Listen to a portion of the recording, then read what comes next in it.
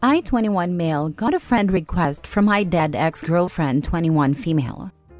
Original post. In 8th grade, I met this girl, North. She was in my band class, and the two of us hit it off. I asked her out on a movie date, and from there, we became boyfriend and girlfriend. She was my first girlfriend, and things were going all right, until her dad got a new job across the country in California. North moved away, but we decided to try long-distance dating through our freshman year. We were not built for long-distance dating. I couldn't protect her from bullies, hug her when she was crying, or tell her it was going to be all right when she told me about her depression. We got into arguments over God knows what, but decided to keep the relationship going because her dad was trying to transfer back closer to our hometown. That was until she stopped texting me around Christmas. Then her sister sent me a funeral program and asked me to go to California. North's sister told me that she had taken her own life because the bullying had become too much, and that I wasn't there for her when she needed me. It broke my heart that I couldn't go to California for the funeral, and for the past 8 years, I've mourned her loss. I spent my entire high school career trying to rebuild myself from all the damage. I attended meetings for people who had lost family members and loved ones. I went to therapy for 4 years to help process the loss. I had to learn how to become dependable because I didn't want it to happen again. After working on myself for 4 years, I asked out one of my classmates, Lucy. We started dating at the tail end of our senior year and are about to celebrate our 4-year anniversary in April. Last night, I got a notification from Facebook saying I had a new friend request. I opened the app and found out it was from North. She looks older, but it's undeniable that there are pictures of her as an adult, with her fiancé and her newborn daughter. I have spent 8 years of my life believing that she was gone, but here she is with undeniable proof that she has been living a great life without me. My stomach is in knots, my heart is sinking to the ground, and my mind is racing, trying to figure out what happened and what I should do. Do I accept a friend request? Do I ignore it and try to move on? I feel completely lost, and I feel like my entire life has been a lie. I've spent the entire night looking at pictures of her and her family, floored that she would do this to me. Now for the top advice before reading the updates. She faked her own death to break up with you. Very likely, teenagers do the stupidest things. That's so messed up. Or she was trying to manipulate him to come see her in the stupidest possible way. Whatever you do, please discuss this with your current girlfriend as well. She will likely feel betrayed if you reach out to an ex you never got closure with without telling her. That being said, I would accept the request and ask her about the fake funeral and everything. You have a right to know. Jesus, I didn't even think about how to talk to Lucy about this. I know I need to tell her, but I don't even know how to bring it up. Might the sister have done it without North's knowledge? North was the one to stop texting me first. I don't see a world where she ghosts me, and her sister just so happens to send her regards. As a parent, if my child went through all you did, I would be on the phone with her and her parents asking what the Of course more politely, but what in the actual hell? Sorry you went through all this, OP. I think the advice you've been given is really good. Have you talked to your current girlfriend about this? Oh, and to add, I'd make sure you block the whole lot of them when and if you get some answers. Lucy has always known about North. It was one of the first things I told her about when we started dating. She's always been understanding and patient with me figuring out our relationship. Now for the first update. Thank you all to all who have responded. I want to get to each and every one of you, but for now, I hope this update will do. For now, I have decided to wait until Lucy gets home from work before I make any decision on whether or not to accept the friend request. I want to know what she thinks, and I can always depend on her to keep me level-headed. But until then, I just kinda want to sort out my feelings. I remember the day that I found out about North's supposed death. It was a few days before Christmas, and the snow just started to hit the ground. I remember walking to the edge of the neighborhood along the main street. I sat on the sidewalk, watching the cars, thinking about how if I walked onto the road, they wouldn't be able to stop. I was sitting there on the sidewalk contemplating for what felt like hours. It was there I decided I wanted to keep living. It was the most important choice of my life. But now that choice feels hollow. It feels meaningless. Every decision that I've made since then has come from that choice I made 8 years ago, and now it feels empty and without promise. I'll keep you guys updated on what Lucy and I decide. Please don't think for a second I plan to do anything drastic. I really don't. I want to keep making that choice to live. But for now, I just need to figure out my meaning. Now for the second update. I accepted a friend request. After Lucy and I talked about it, we agreed that the possibility of getting some sort of closure would be worth it. So I accepted a friend request and sent out a text saying hello. About a half an hour later, I received a notification that North responded. We started talking a bit, talking about how our lives have been. Turns out, her and her fiancé were in town visiting family, and it started to make her think about all the hurt she costed me, and that she wouldn't feel comfortable moving on with her relationship without knowing if I was okay. She tried to apologize, saying that we were dumb kids and that it seemed easier to ghost me instead of break up with me. She told me all about how in some messed up teenager way, she thought giving me an explanation to her ghosting me would make it easier to move on. And so, her and her sister concocted a whole story. I told her about the years of therapy, the years of loneliness, and how guilty I felt when I started dating again. I told her about how I used to think she was the one for me, even through the nights of arguing, and that she left me more hurt than if she just threw me away. And I told her that in some weird way, I'm thankful to her. Her death changed me for the better, and I would not be the man I am today if it wasn't for her. I then texted, having said that, I will not accept your apology. It's a shallow attempt to free your guilty conscience before you get married. If you were really sorry, you would have said something sooner. You would have apologized sooner, or would not have done it at all. You took the coward's way out, and I do not forgive cowards. She said she understood, but hoped that one day I could move past the hurt she caused me and find it in my heart to forgive her. I took screenshots of the whole conversation and sent it to her fiancé.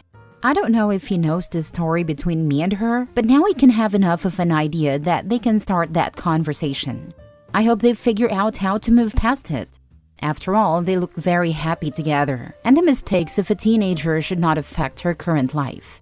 However, I'd be lying if I said there wasn't a part of me hoping it crashes and burns. I know this is not the update some of you guys wanted. Some of you really wanted me to bully my way through the conversation or play mind games to mess with her. But that is not who I am, nor is it who I want to be. On the bright side, I can now truly move on from the relationship that costed me 8 years of my life and put the whole story of North behind me. Thank you to everyone who helped me find the courage to face this head on. Thank you to everyone who sent kind words. And thank you to the guy who DM'd me the number to suicide hotline. I won't need it for the foreseeable future, but I appreciate it nonetheless. All of that seems just so unnecessary. So, I want to break up with him, but I'm a coward, so I don't want to tell him that. Instead, I'm just going to ghost him because that's easier than breaking up with him. But I also want to be easier for him to move on. So I'll have my sister create a funeral brochure and make up a lie about me ending myself. But wait, let's also blame him for not being there to protect me. So much for sparing his feelings, I guess.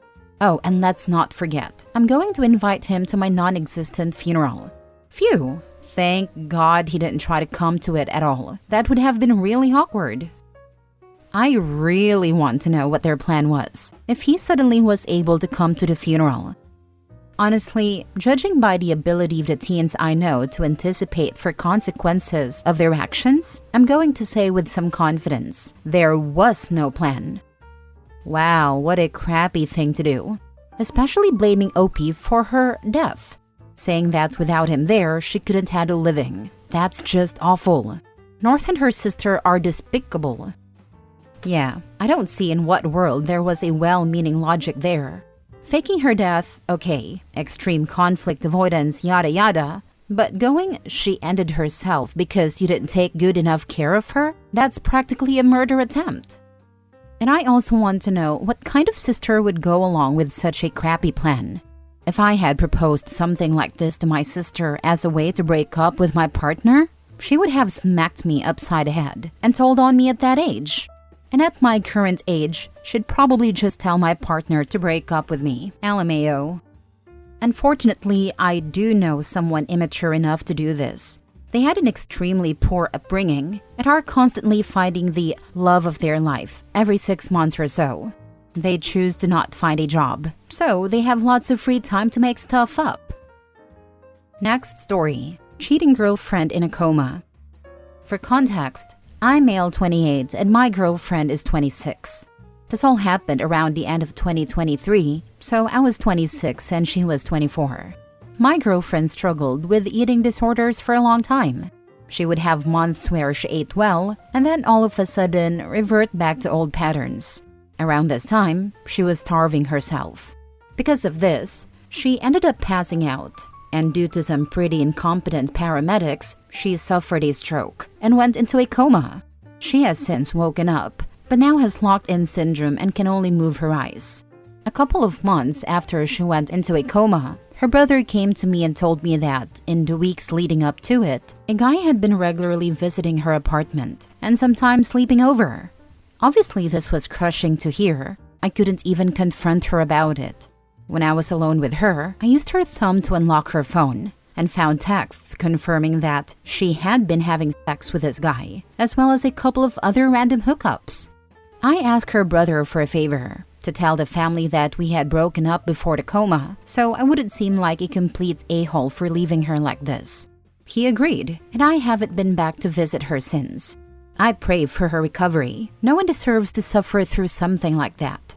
Even just watching her in that state was hard. But still, I can't go back and see her knowing what she did. Edit. By the way, to anyone saying this is karma and that she deserves it, please relax and do your search. No one deserves locked-in syndrome, at least not for something as comparably inconsequential as cheating. Now for the comments. You did good. Her brother did good too. He could have told me a little earlier, but better late than never, I suppose. Dude, that's his sister. You owe him one. A guy like that is someone you can trust. Take it from someone a lot older. A lot of people you think you know will end up crossing you later in life. You should stay friends with this guy. Getting locked-in syndrome is literally one of my biggest fears. Anyway, sorry OP. What a messed up and confusing time to find all that out. You're not a bad person for not being able to pretend while she's locked in. I doubt I would be able to either. One of my fears too. I can't imagine how hellish it feels for her. I'm so sorry. It's an all-around awful situation. How crushing for you. You said you haven't been back to visit her, and she has locked-in syndrome. Do you think she has any idea why you aren't there? Take care of yourself. I'm no expert in how LIS works for the person suffering. If she's at least conscious and aware, then I'm sure she has some idea. I was going to speak to her, but talking about this when she can't converse back felt wrong. My now fiancé went into a coma and had locked-in syndrome for about 45 days. She still cries thinking about it. I can't imagine what she went through. This was before we met, by the way. But damn, crazy stuff. Honestly though, good job doing what was right for you, bro. You didn't make it mean or vindictive, you just left. And I hope you're doing well. Objectively, I hope she does well in the future too. My fiancé had to relearn how to walk, talk, swallow, and even chew. Tough to come back from it, but it's possible. I am so sorry. I'm so glad her brother told you. He really stood up for your best interests. I hope you're able to heal quickly from this. This was all about a year and a bit ago now. I've moved on mostly. I'm dating again. Nothing serious at the moment, but still. Last story. Ran into my cheating ex's parents this evening. They told me they missed seeing me around. I dated Cindy for almost 3 years. We had ups and downs like any couple, but I thought things were good. Her family adored me. Her parents, who I will call Jim and Michelle, told me how they thought I was really good for Cindy. 6 months ago, I caught her sneaking her guy into my apartment when she thought I would be at work. We had separate places, and she had a spare key to my apartment for emergencies. I had been using PTO that was about to expire, and I hadn't told her. Imagine my freaking surprise when she and her guy barged in before realizing I was sitting on a couch. She gasped, and it looked like he had just been caught with his hand in a cookie jar. I made her give me my key back, kicked them out, and blocked her. I think they were exercising some weird cheating kink by going to my apartment. They probably had done it before. Today, I went to a bar after work to eat my weight in French fries and down a couple of beers. It's located 2 blocks from my apartment complex, so I wouldn't need to drive if I wanted to get drunk. I was sitting at the bar when someone tapped my shoulder. I looked over, and it was Jim and Michelle. It took me a moment to recognize them. I asked what they were doing there, and they told me someone had recommended this bar to them at some point.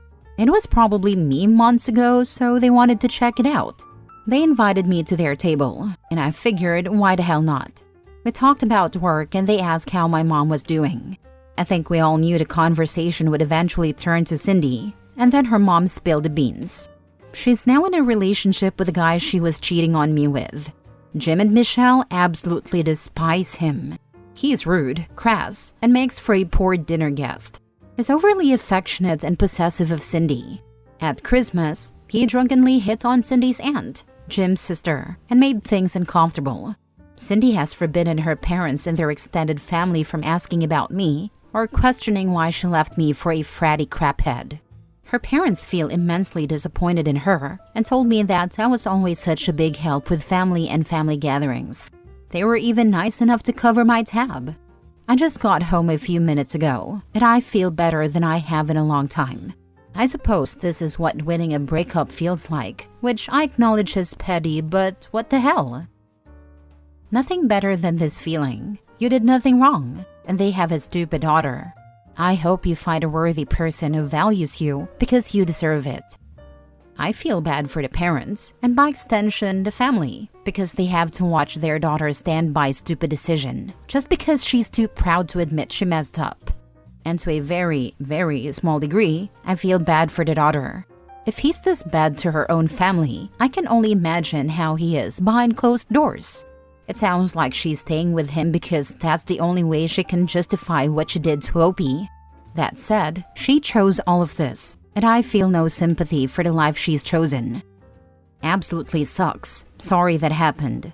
One of the things about breakups people overlook is also losing cool relationships with family members of that person's.